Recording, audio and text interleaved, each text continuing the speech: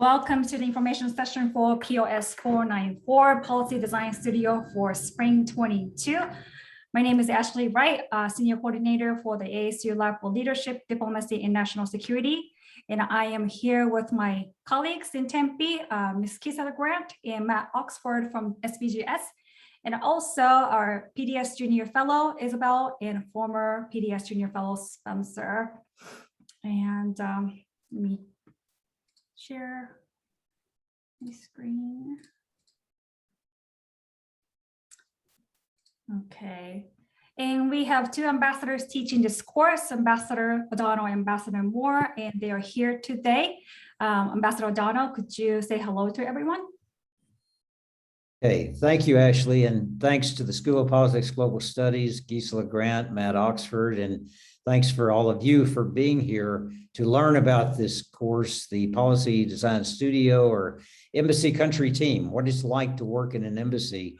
I'm a career Foreign Service officer, now retired ambassador. I was in the State Department for actually over 40 years. I was in active service and then went back for tours in Afghanistan and working in congressional affairs and so on. I served in Europe, Latin America, and Afghanistan. I speak German, Spanish in my career, and then some Dari, now with Norwegian, and so some languages. But for Russia, I did spend time traveling to Russia, giving speeches and conferences when they first, at the end of the, after the end of the Soviet Union, when Russia was building as a representative government and changing in the 1990s. I've dealt with first Soviet diplomats, then Russian diplomats around the world in different assignments, certainly in Latin America, Europe, Germany, where I served, and also Afghanistan, both during the Cold War and afterwards. So I do have experience working with Russia, U.S. policy towards Russia.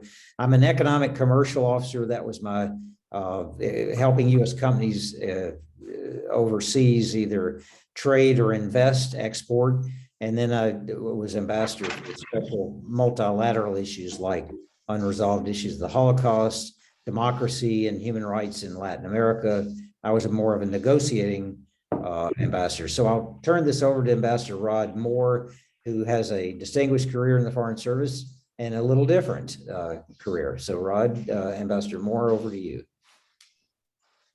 Thank you, Ambassador Don. I love these sessions because every time I hear you introduce yourself, I always learn more about you, which is great since we've been working together for a couple of years and I'm still learning things about your past. Good things, by the way. Delighted to be here with you all. Thank you for your potential interest in this class. Like Ambassador O'Donnell, I am a retired Foreign Service officer.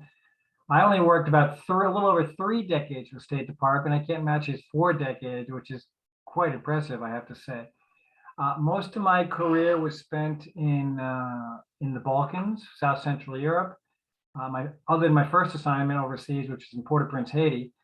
And it wasn't my intent growing up in a small town in Rhode Island, which is where I'm from, that I would spend over 20 years living in the Balkans, but it's just the way it worked out because of serendipity or something else. I started my career around the time that the Berlin Wall had come down and Yugoslavia was falling apart. So there was a great need and desire by the State Department for people who were available and interested in working in that part of the world. So that charted the course of my career during the 1990s and till halfway through the last decade or so. And it was a wonderfully fulfilling career. And that's one of the reasons I love being involved with this course, is it allows me to keep my hand in following foreign policy issues and so forth. Regarding Russia, I was a Russian studies undergraduate major. Actually, where I went to college, we didn't call them majors, we called them concentrations. Working in Eastern Europe, you can imagine there were lots and lots of interactions with Russian diplomats. And I must say, Russian diplomacy is pretty impressive. Most of the Russian diplomats I worked with were quite good. I served in numerous embassies at all levels of embassies. I had the great privilege of serving as the first U.S. ambassador to Montenegro. when that country was the newest country in the world. Briefly, a few months later, Kosovo kind of became the newest country in the world. And since leaving the State Department, I've been lucky to have been part of the ASU community for the last 2 years or so, primarily engaged in teaching this course and a few other things. I live in Northern Virginia, which is where I'm beaming in from right now with my wife, who I met while serving in Belgrade, Serbia, and with my 2 rambunctious young children. Thank you. Great, thank you. Just so everyone knows, before we start diving into what the course is really about in this session, we want to let you know that PDS Spring 22 will be offered virtually via Zoom, and the class will meet every Friday at 10 a.m. and 1 p.m. Arizona time.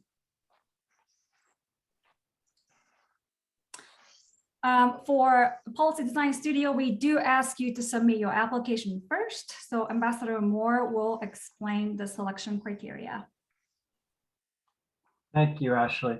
Well, basically, this is a course with the only real criteria for it. The hard and most important one is to be interested in foreign policy and national security policy. Because we do not assume any advanced knowledge of it, but we want people to come in really interested in learning more about how foreign policy and national security policy is formulated and implemented. That said, we do have a policy of we need to have limits on how large the class is, because as you're going to hear about shortly, a central part of this course is an embassy simulation, and we want to keep the group small enough that we can make that simulation meaningful. Too large, everything gets diluted and people can't participate in a meaningful way. So we always give preference to juniors and seniors, and most of our students are juniors and seniors, but we also, not infrequently, have sophomores joining us as well. So if you're a sophomore, junior, or senior, we encourage you. Question, sir. Sorry to interrupt. Yeah, please go ahead. Please go ahead. Yeah, so you kind of advanced the idea that we're going to be if I'm chosen, but that the class simulates the day-to-day of an embassy. Is that going to be tackling more past issues like the Dima Yakovlev law? Sorry, it's a terrible pronunciation, but will we be tackling past issues, or will we be looking more towards the future with more cybersecurity and future advancements in Russian-US relations? Well, thank you, Tim. And by the way, anyone can jump in at any time with a question. You're not going to offend. On the contrary, we want this to be interactive. Super question. Well, the short answer is we deal with present day and upcoming issues. That's what one of the unique features of this course, in my opinion, is we're simulating an embassy in a real country where the U.S. has real interests, and we're dealing with real issues as they're coming down the pipe. 5 minutes ago, Ambassador O'Donnell and I were in this class with the current cohort, and we were having discussion about the Russian parliamentary elections that are happening this weekend, and a decision that was taken by Russia yesterday relating to Google and Apple taking that out. So we're dealing with real-time issues and discussing, what do we do about them? Now, that said, you need to develop a certain appreciation for and understanding of what has come before it so that you can understand the context. But again, real world, real country, real world issues in real time is kind of the watchwords. Just like when you're working in an embassy overseas, you can't predict the future. You're not sure what's going to come down the pike, what's going to come at you in the day's news. That's what we're trying to accomplish. Did I answer your question, Tim? Yes, sir. Thank you so much. Thank you. Okay, so finally, so we do prefer students with a 3.0 GPA or above. Now, if you're just below that cusp and you got a really strong case, you can put in your application. We'll definitely take a look at it. But we try to set up some fairly standard criteria to help us select a group of students that we think will form the core, a really solid core for this course. So I want to emphasize that last bullet point. I didn't go in order here. Do not be deterred from taking this course because you haven't studied anything about Russia, or you can't even find Russia on a map. Or if you've never taken a course in diplomacy or foreign policy or international relations, don't let that deter you. We've had, well, we need to be interested. We've had students who have been engineers or business majors and so, as a matter of fact, we have some right now, and they're great students. They're doing great. And what we will do for folks who don't have a background, we do a kind of a crash course. The first 4 sessions of the course are a crash course. What is an embassy? What do embassies do? Then we spend 2 sessions really delving into Russia to learn about the economy and the history and the demographics and the political system of Russia.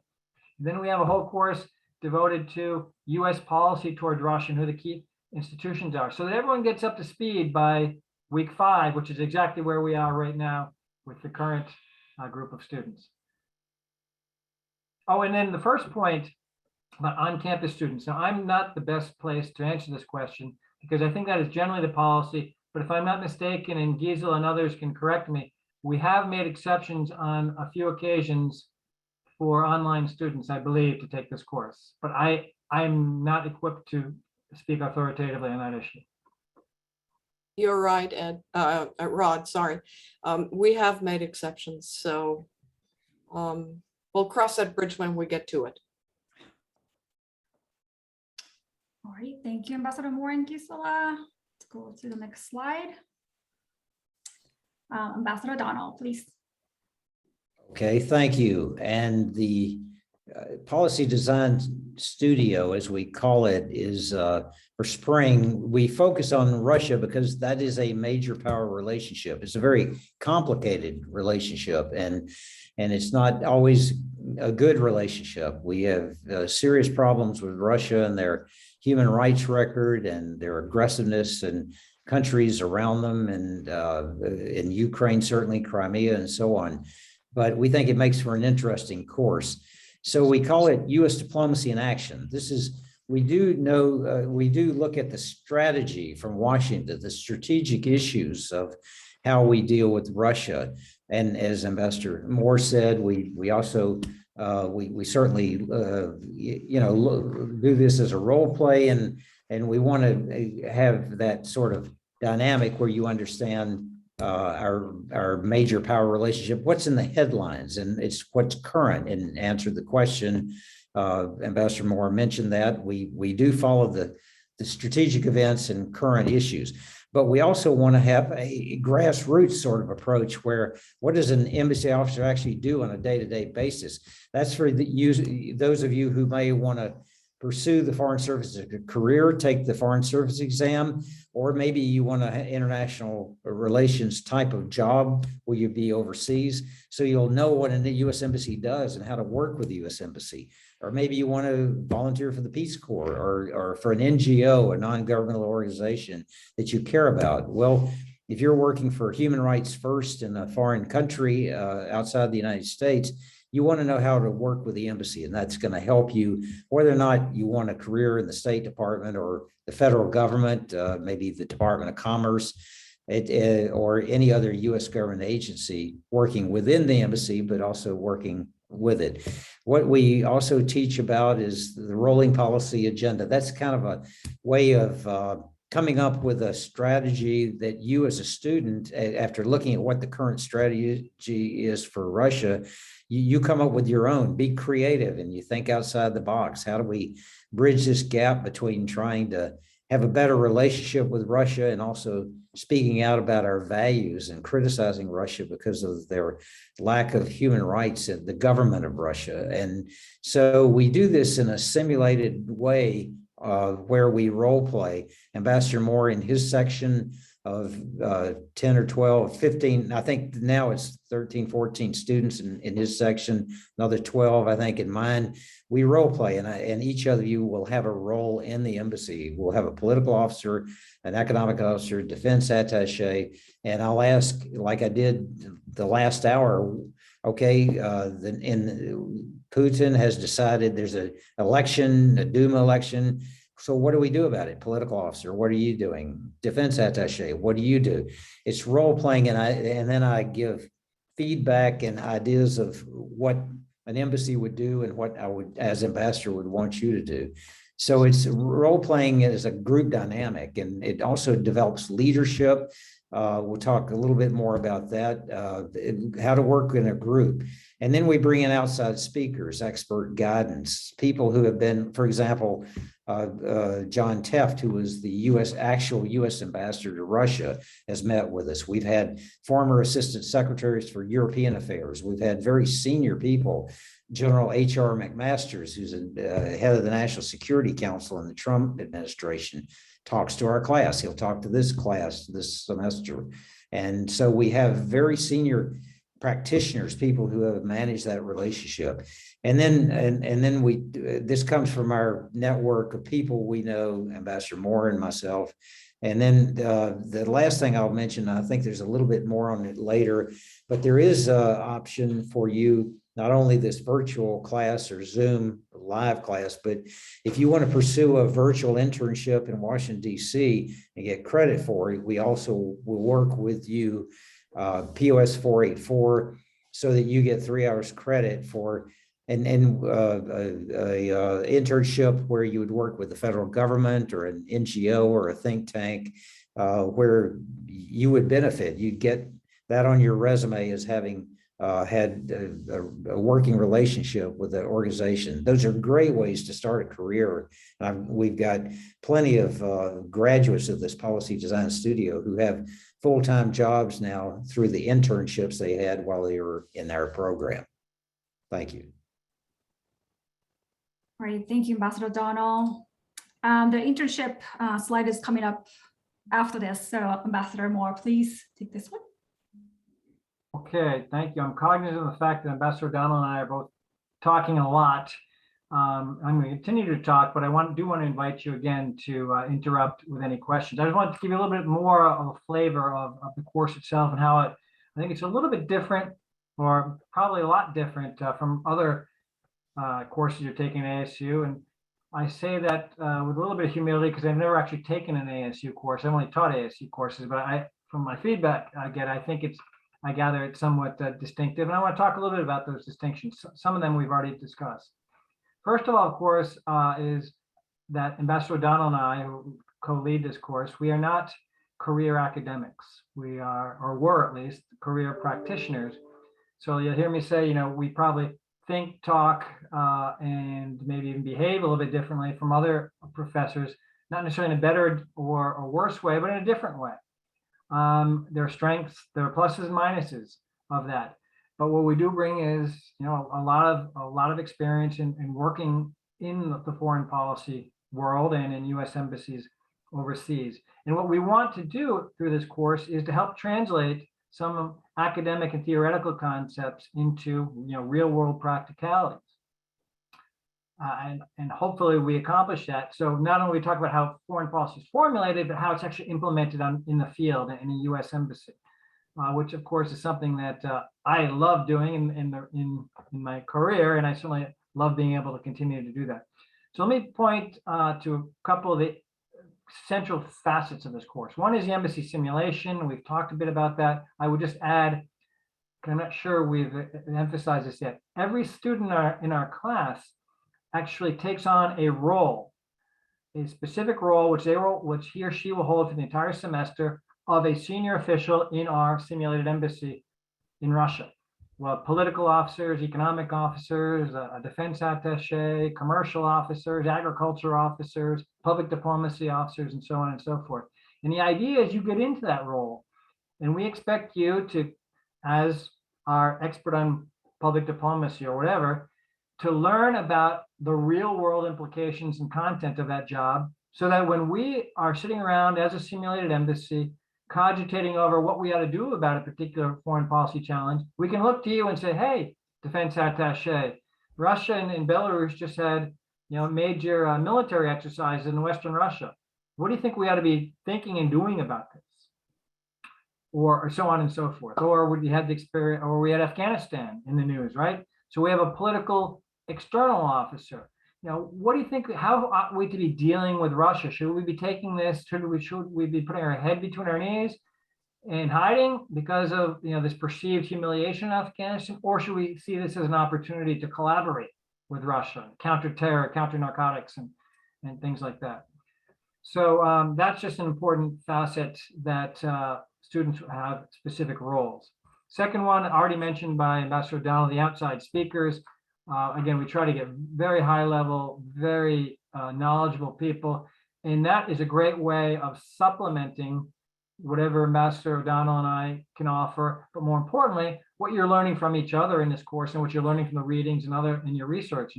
Because much of what you're going to learn, if not most, is going to be from your fellow students, your fellow embassy colleagues, who are going to be briefing you on what they're doing and what their role is, and so forth. And you're going to be learning from them and from these outside speakers. Next, as you can probably glean, or you can't tell by the fact by the length of our presentations, this is not a lecture course. This is a participation course.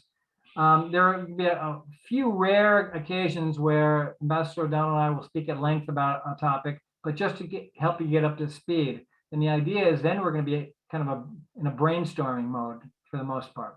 And the students are going to be doing by far the lion's share of the speaking. Next, the assignments. There's obviously a lot of readings, but the readings, they're not textbooks for the most part. No, there's no textbooks in this course. There's one book we ask you to read about embassies, but everything is, they're going to be current articles about the relationship between US and Russia, or scholarly pieces and so forth. A few videos here and there. The idea is it's current stuff relevant to what's going on in the relationship. There are a fair number of written assignments, but we'll never ask you to write more than a page. And the great majority of times, it's like half a page. You might get one a week, but we want to work with you on writing cogently and concisely. And the written assignments are intended to mimic the kinds of written assignments that real foreign policy professionals working in embassies actually write, to get you into that mode. And you'll have the opportunity to do a couple of oral briefings to each other, to your embassy staff, about what you're doing in your portfolio and so forth. Finally, the last thing I'll mention is the final presentation. The capstone of this course, I'll be right with you, Tim, is a presentation that you will make as a group to a very small panel, maybe 3 people, in which you're going to lay out what you think the United States government, based upon everything you've learned and discussed in this course, what you think you ought to be doing, that we ought to be doing as a country vis-a-vis Russia in the next 1 to 3 years or so. And you're going to actually put together a presentation for a group of real Russia experts, and you're going to lay out and argue why your approach is the one we ought to be pursuing. Tim, over to you. Yeah, so I'm already falling in love with the idea of this course. And I had a quick question, because in the group setting, each person is given an individual position. How are those positions assigned? Is it more like one would request a position, or is it more based off of your expertise where you think we would fit into the equation? This is a great question. This is actually the first leadership, or the second leadership challenge of this course. Is we leave it up to the students themselves to try to negotiate this. And there's a position called the DCM, Deputy Chief of Mission, who helps to kind of coordinate this, to manage the process. But we look to the students themselves to look at their own backgrounds, their own interests and so forth, and look at the list of positions and to try to negotiate among yourselves who falls into what job. The reality is, while we expect everyone to become knowledgeable and expert, as expert as you can in over the course of a semester in your portfolio, but we also make it clear that you are not handcuffed by your portfolio. Any student on any issue at any time can contribute to the course. So if we're having a discussion again about military deployments in Western Russia, and you're the agricultural officer, and you want to say something, we're not going to say, hey, no, you have to be quiet because you're agricultural officer. On the contrary, we will insist that you contribute to the conversation, because you might have some interesting ideas that others don't have.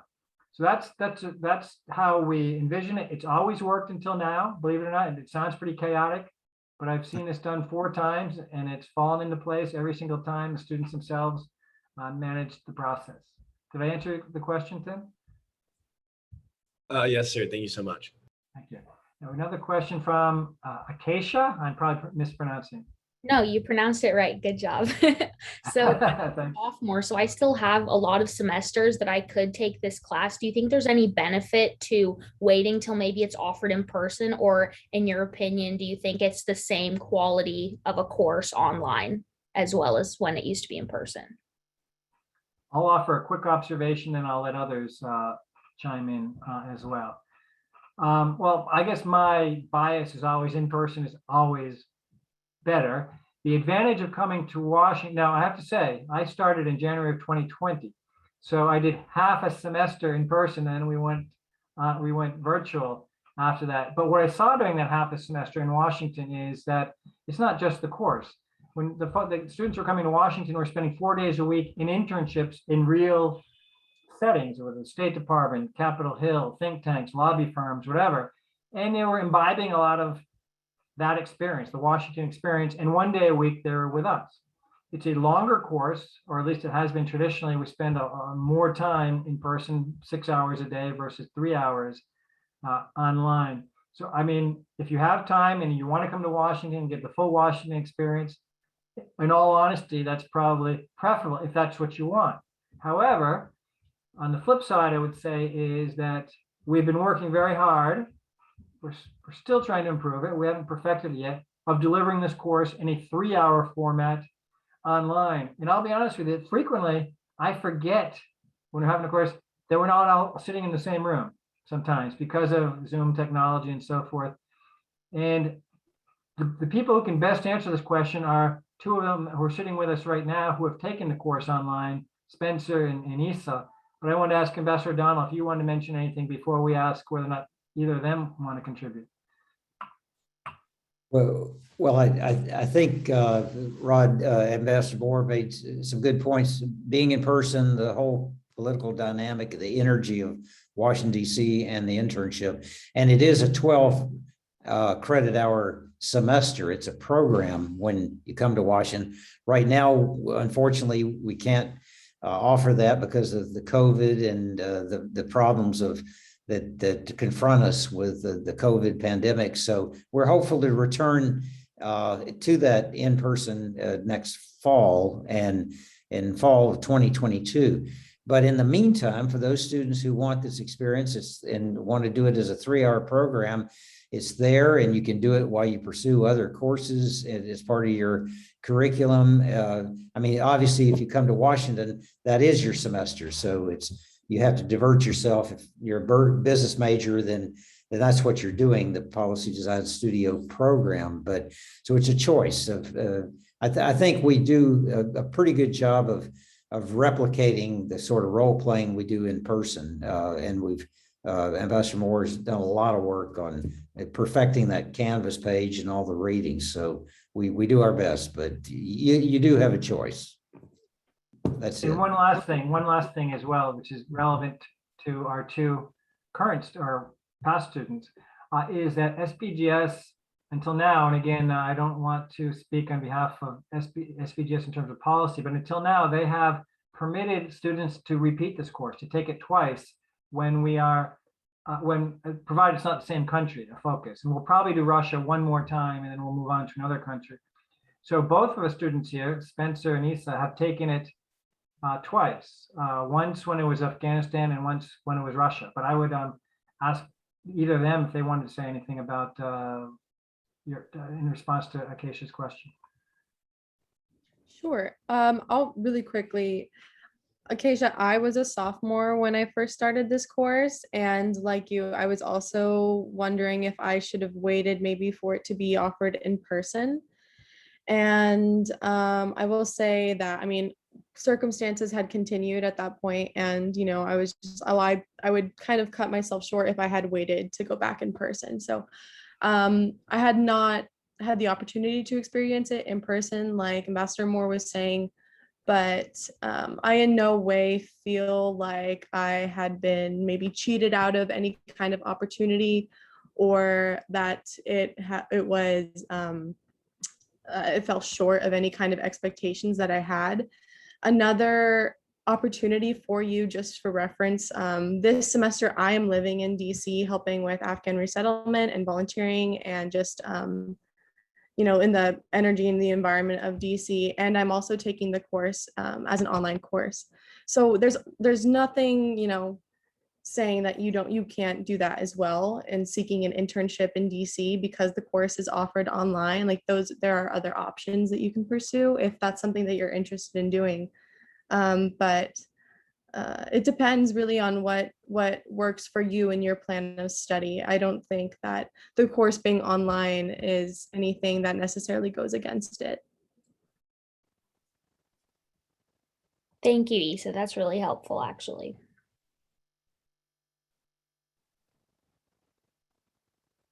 Okay, I see it. Tim has his hand up.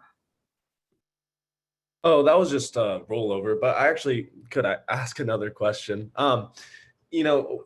I've been taking a Spanish minor and focusing myself towards like Latin American studies. But I'm also trying to like broaden my spectrum, just, with my knowledge of US relations politically with multiple countries.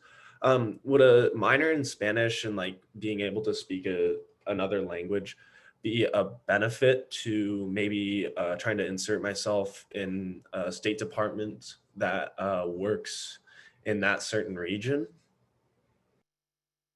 You talking at the real State Department or the simulated State Department? Internship wise in DC. I mean, listen, I'm biased here because I've studied a lot of language. I love the study of languages and so forth. I think that having a language is never going to hurt you. It can only help you. Kind of like having a law degree, I suppose, too. I don't have one of those. But having a language, yes, you never know what opportunities that could lead to. As a matter of fact, my entire career with the State Department was directed by the fact that my brother suggested I take Russian in college. One thing led to another. Next thing you know, I'm taking Bulgarian. The government sending me to Bulgaria, and then these places I'd never imagined. So it's all because of the study of languages. So to make a long story short, yes, having language, I believe, is helpful. You do not need to speak a foreign language, by the way. This is not a net foreign service recruiting session, but there's no requirement to speak a foreign language when you enter. You do need to develop a certain proficiency in a foreign language before you get tenured as a foreign service officer. But I don't know if others, Spencer or Issa, you guys have an observation on that. Go ahead. I can give my 2 cents if you'd like. Just so everyone is aware, when I first took this course last fall of 2020, I was scheduled to be an intern with the State Department at the same time. Both of those ended up being virtual, and so I carried through with both of them from here in Arizona. So the time difference was a bit of a pain in the butt, but life is life and you adjust. But speaking in my personal capacity for the State Department internship program, I think it's a wonderful opportunity. If you're interested in sort of learning more about sort of the intricacies of what the State Department does, particularly more the civil service side, since the vast majority of internship positions are in the civil service located in DC. This program is a wonderful, not the internship program, this McCain Institute Policy Design Studio program is a wonderful opportunity to learn about the intricacies of embassy life in the Foreign Service. The State Department internship, by and large, gives you a great opportunity to learn about what the Bureau of Western Hemispheric Affairs does and their interactions with Panama or Venezuela or Mexico, right? All these Latin American countries where your Spanish skills would come in handy. Or you could do it in the Bureau of Conflict and Stabilization Operations, right? Looking at post-conflict states in Central America, right? How they're recuperating. And so you can get sort of those technical skills as well, if that's your interest. There are some embassy positions as well, but those are sort of more sparsely populated in your options to choose from. But overall, I think it's a wonderful opportunity if that's what you're looking for. Great, thank you, Spencer. Let's go to the next slide. Internship, we'll turn it over to Ms. Gisela. Yeah. Hello, everybody. So the way it's currently designed, as has been explained, you'll be in the 3-credit class. And if you already are thinking about completing an internship during the spring semester, if you already have identified opportunities and or you've already submitted an application and you're now thinking, well, it'd be great if I could get some credit for that, you can talk to me, send me an email, and we can schedule a one-on-one Zoom session. So basically, students who secure an internship seeking academic credit, sign up for POS 484, or if you're a global studies major, you might sign up for SGS 484. All other majors, the academic advisors can work behind the scenes, they can work on your DARs and make a substitution. So a POS 484 can apply to all majors. And what does an internship entail? Ambassador O'Donnell already spoke to the fact that you'll be, pre-COVID, I should say, students were in an internship 4 days a week and at the Institute 1 day a week. So normally internships are designed anywhere from 32 hours a week to 40 hours a week. I've seen as low as 25 hours a week. But we work on that because the credits that you earn for every 1 credit of internship, you have to work, you have to account for 50 hours of clock work, of actual work done. So you probably more than likely will have a timesheet. I will issue a contract on your behalf. You'll be supervised. You'll be reporting to Ambassador O'Donnell, Ambassador Moore on a regular basis.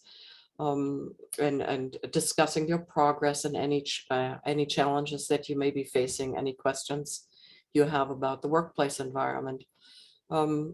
So it's quite possible.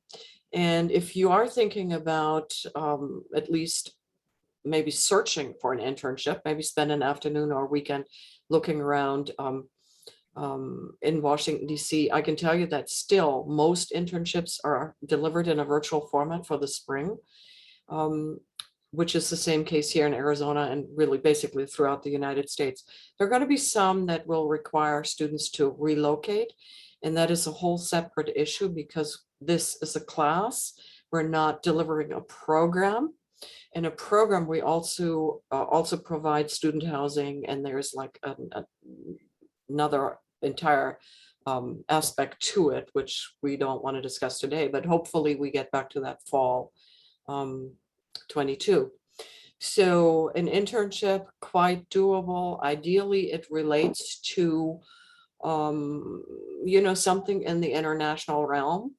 It doesn't have to be a State Department internship. It doesn't have to be a political office.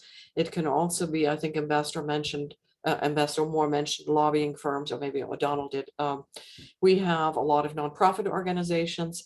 I have an entire list of internship sites that if you're interested, I'm happy to share with you. And I think Ambassador O'Donnell has that list now too, right?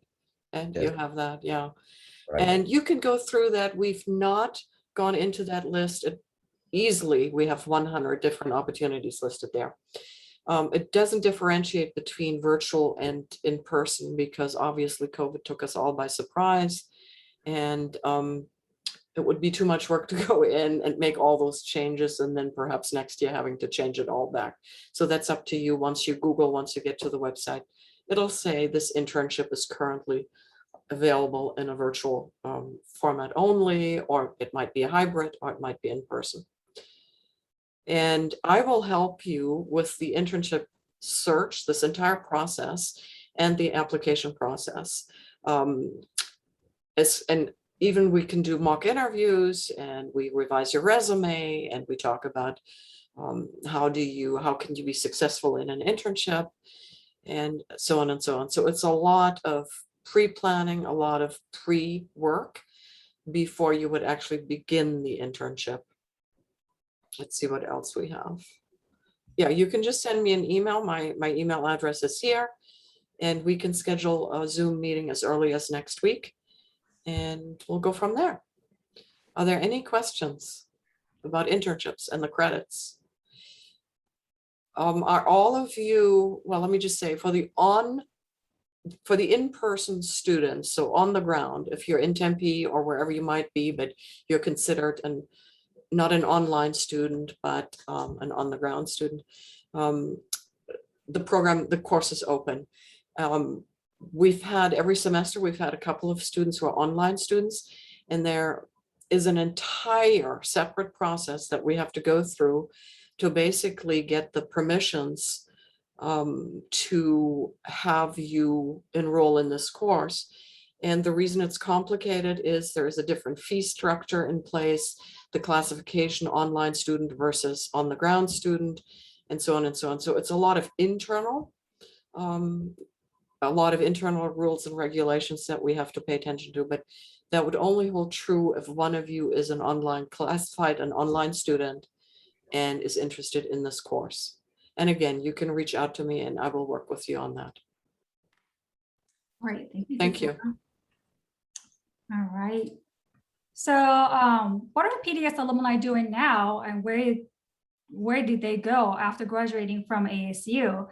Ambassador O'Donnell, would you talk about what alumni are doing, and maybe Isa can comment on her experience after, and then Spencer. Thank you. Thank you. I've been teaching the Policy Design Studio since 2015. It actually started in 2013. There are now over 200 ASU alums who are also alumni of the Policy Design Studio. And they're working throughout the federal government and NGOs. We've got at least 5 I know of who are foreign service officers today through different programs. And so, and there is a alumni chapter now of the Policy Design Studio alumni that's and they're available for mentoring and helping you. I bring them in to speak to classes. 2 of them listed here on the right side. You're going to hear from. You've already heard from 2 of them who are listed here, Isa and Spencer, but Caitlin O'Grady, who was in the course that I taught on Vietnam about 4 or 5 years ago, now is working at the State Department as a civil servant, and she's in the Bureau of Intelligence and Research, working on Latin America. Bastian Andre is in Phoenix. He's a member of the Council on Foreign Relations. He's actually the co-president of the Policy Design Studio Alumni Club. And so they've moved on. They're now 5 years, at least past graduation, 4 or 5 years. They both got graduate degrees. They had experiences overseas. And I think the launching pad for both of them was the Policy Design Studio. And so you'll be joining a group of ASU alums, and that sort of contact to them that you can have. And we bring them back like for this session to talk. So let me turn it over to Isa first and then Spencer, so you can hear from them a little bit more about their experiences. Isa. Sure. So thank you, Ambassador O'Donnell. I already touched on a little bit about the virtual aspect of the class. I am this semester's junior fellow. You'll hear from Spencer, who was last semester's junior fellow. When I first started the course, I was working with the team that covered Afghanistan, and Spencer was in my cohort that semester. And the Ambassador Moore touched on earlier that we each manage a portfolio.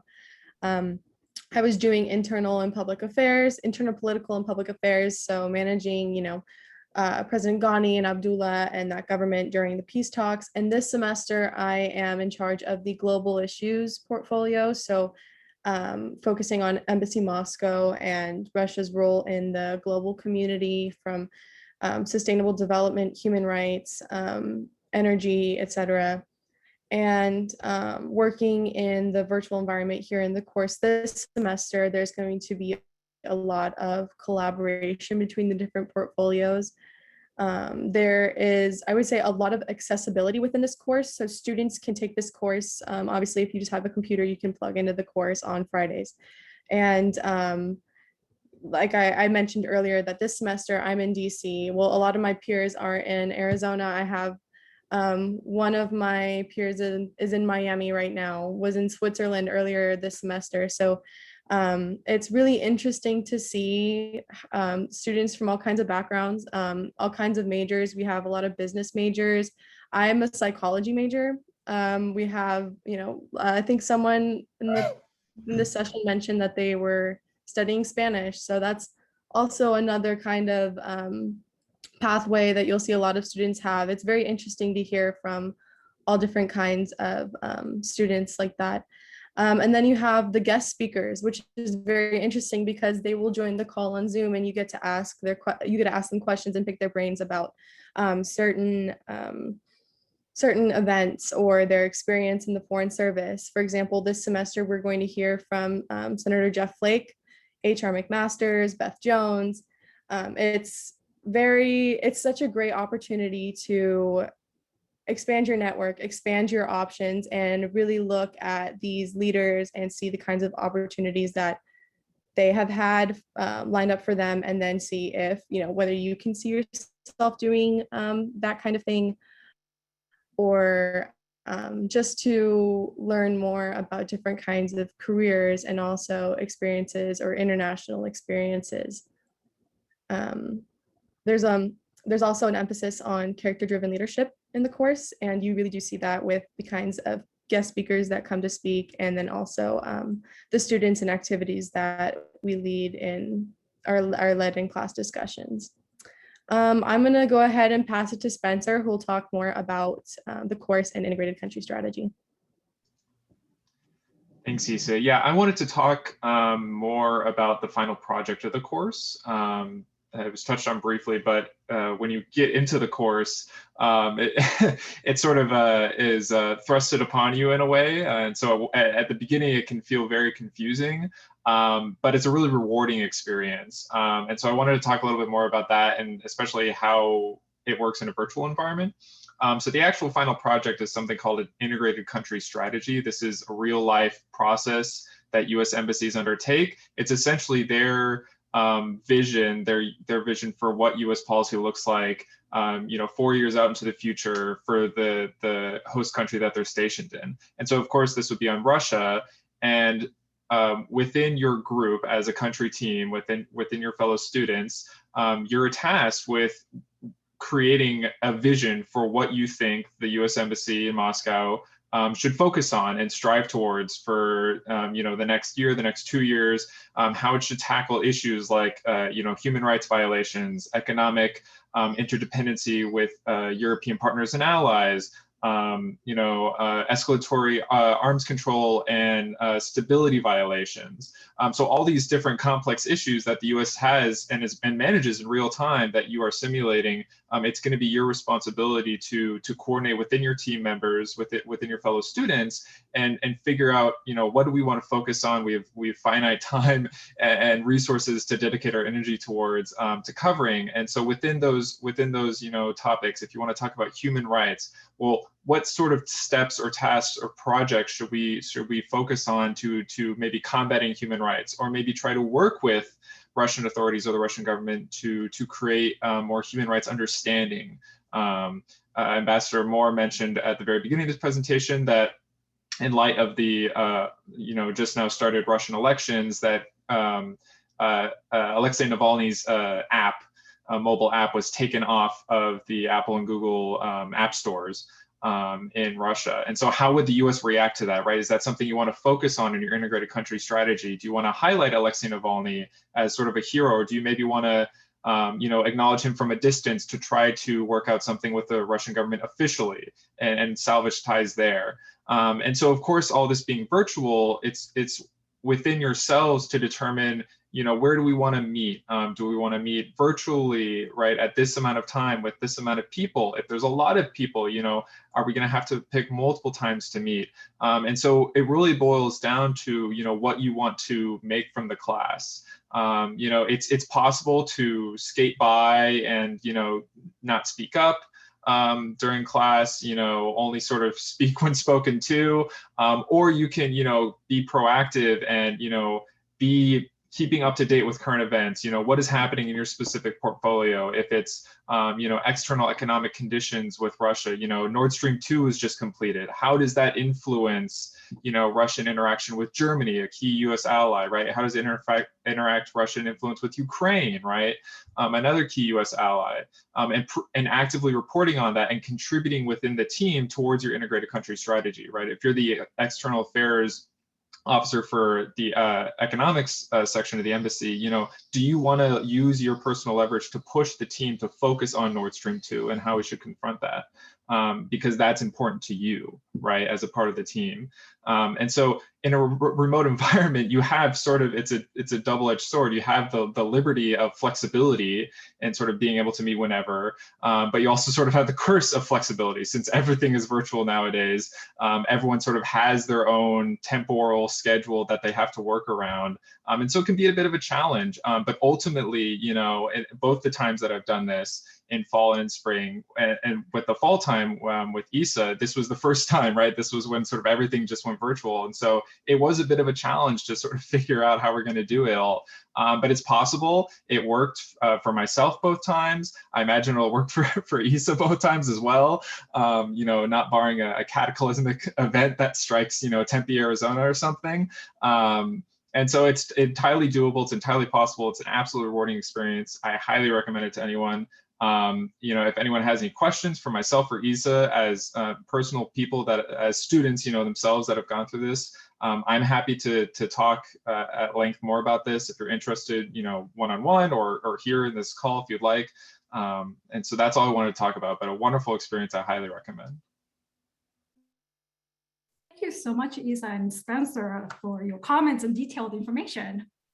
There you go. So the application link is located on the Policy Design Studio webpage, and the priority deadline is October 7th at 5 p.m. Arizona time. We'll try to send out the decisions a week after, and after that, we will review applications on a rolling basis. If you have any questions about internship, Gisela is available, and anything else, just email me. Thank you all for listening. It looks like we have a couple minutes for more questions. Does anyone have any questions or comments? Yeah, if I may, Sure. where would we go to find like a link or the tools necessary to fill out the application? Let me see if I can add the link to the page. So you see, one moment. Or does anyone have that? Maybe you could, if you do have it, you could put it in Thank the you so chat. much. Oh no, Yeah. that's me. Sorry. You could just put it in the chat if you have it. It's right here. Here it is.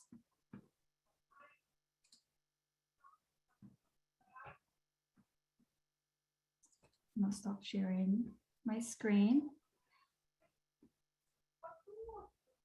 The URL is in the chat. Tim, you can see. Yeah, I got it. All right, great. Does anyone have any question? I had a couple questions about the internship part. Go ahead. So is there an application process that's involved with the internship portion of this, or is it separate from the class application? Gisela, you're still muted. Yeah, I'm talking and I'm muted. Thank you. It's separate from the class. However, you have to be accepted into the class first. And then you and I will work together on you applying for an internship. But prior to that, as you perhaps fill out the application to the class, I am happy to send you the internship listing so that you can get an idea of what's out there, what's available. Okay, thank you. Yeah. And so are I know we're doing it online for if we were accepted this upcoming semester. So is that also a 12 credit kind of? No. No, okay. So it would depend. You would see every individual internship listing will have different requirements. So it might be that they're saying we'd like our interns to remotely intern 20 hours a week, or it might be 30 hours a week. It might be more or fewer. And then we will plug in the formula, as I mentioned earlier. It's for 1 earned academic credit, you have to work 50 hours over the semester. So let's say you start January 10th or something like that, and you go until the end of April. So we actually sit and we calculate the hours, and then I will tell you how many credits you can apply for, or register for, I should say. Okay, that makes a lot of sense. Thank you so much. I appreciate it. Yeah, you're welcome. Okay, thank you. It's almost 2 o'clock. We need to wrap it up. So any more questions? I'll put in the chat. Please email me or Gisela, or you can also email the ambassadors. So thank you so much, you guys, for joining us. Thank you again, and have a great weekend. Thank you. Thank you. Have a good weekend, everybody. Thanks.